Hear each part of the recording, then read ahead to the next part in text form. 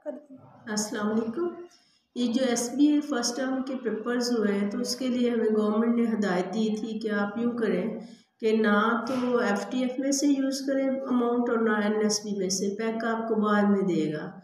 वो तो कर्ज़ हसना के तौर पे मुस्तार ले के मतलब NSB में से यूज़ कर लिए।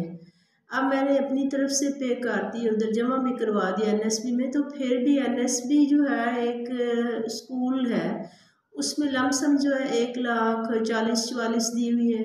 तो पिछले 3 माह में एक बिल आया 41,383, एक 32,000 कुछ, और अभी बिल आया 22,000। जब हम तीनों को प्लस करते हैं तो 90 प्लस ये हो गया। उसके बाद PTCL का बिल 2 माह 6,000 है और फिर 3200 है, तो वो 10,000 से ऊपर 1,00,000 से ऊपर चला गया। और बाकी जो है वो 34 लोगों की SN हुई हुई है, और यहाँ पे जो है वो टीचिंग स्टाफ सारा 14 है मेरे समेत। मतलब मैंने अगर प्रिंसिपल इंचार्ज प्रिंसिपल की मैंने सीट संभालनी है, तो बाकी जो 13 लोग हैं उनसे एक हायर सेकेंडरी स्कूल जो है उसको अच्छा चलाना है। जबकि पीछे यहाँ पे सिर्फ 9 लोग थे और उन्होंने मतलब हायर करके 4-5 जैसे भी गुजारा किया वो किया। तो इससे क्या होता है कि बच्चों की बेस जो है वो बहुत ज़्यादा वीक रह जाती है।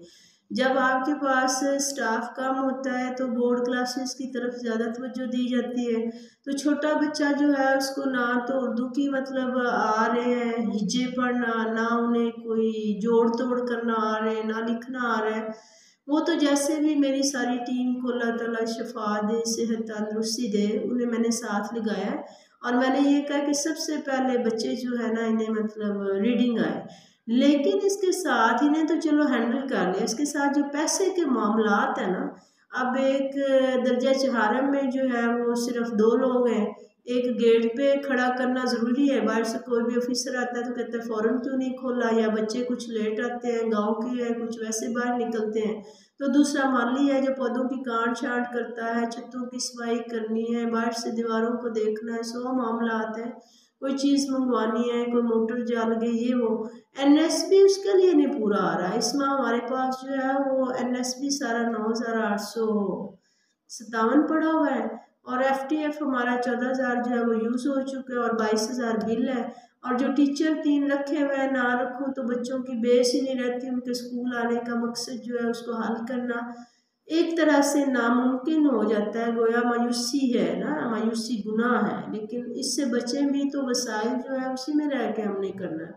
तो 3 टीचर्स मुझे एटलीस्ट अरेंज करनी पड़ती हैं, ताकि अगर एक पीरियड भी हम फ्री नहीं ना रखते, एक फ्री रखा हुआ है कि टीचर्स ने मशीनरी तो नहीं, एक आधा को छुट्टी करता है तो उसके एडिशनल जो है वो लगा दिए जाते हैं।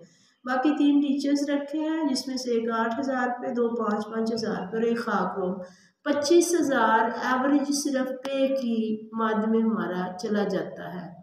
तो साथ में जो बिजली का बिल और टेलीफोन का बिल है इसको लगा के हमारी तो NSB और FTF इन मामलात को कंप्लीट नहीं कर रहा, तो हम ये पैक के पेपर्स जो है ये कहाँ से प्रिंट करवाएं।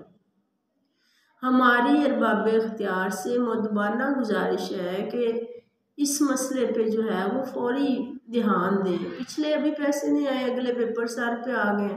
प्रिंटिंग के बगैर बच्चे को पेपर के लिए बिठाना जो है वो वक़्त के ज़िया के मुतरादिफ है। जब एक क्लास में 50-60 बच्चे होंगे, टीचर जो है वो आपका राइटिंग बोर्ड पे लिखवाएगा, तो आपके बच्चे जो हैं वो डेफिनेट बात है, पीछे सारे तो लाइक नहीं होते, वो एक दूसरे से मतलब ऑब्जेक्टिव पूछ लेते हैं और अगले दिन तैयारी नहीं करते हैं। शॉर्ट क्वेश्चन लिखवाएगा टीचर का, जाहिर सी बात है टीचर का रुख राइटिंग बोर्ड की तरफ होगा, पीछे से बच्चे डिस्टर्बेंस क्रिएट करते हैं।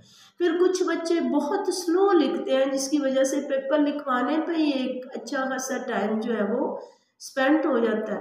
तो इसमें जो भी हमारे हेड्स एसोसिएशन के सदर जो हैं या टीचर यूनियन के सदर जो हैं वो मेहरबानी फरमाएं, ये कोई आम इशू नहीं है। अगर तो SBA के पेपर गवर्नमेंट ने लेने हैं तो हमें उसका वाज़ेह शेड्यूल दें कि उसकी प्रिंटिंग कहाँ से करवानी है और उसके लिए स्कूल्स को फंड दिए जाए, या NSB में जो है वो लमसम अमाउंट जो है वो पहले से जमा करवा दी जाए ताकि पेपर कंडक्ट करवाने में कोई मुश्किलात ना हो।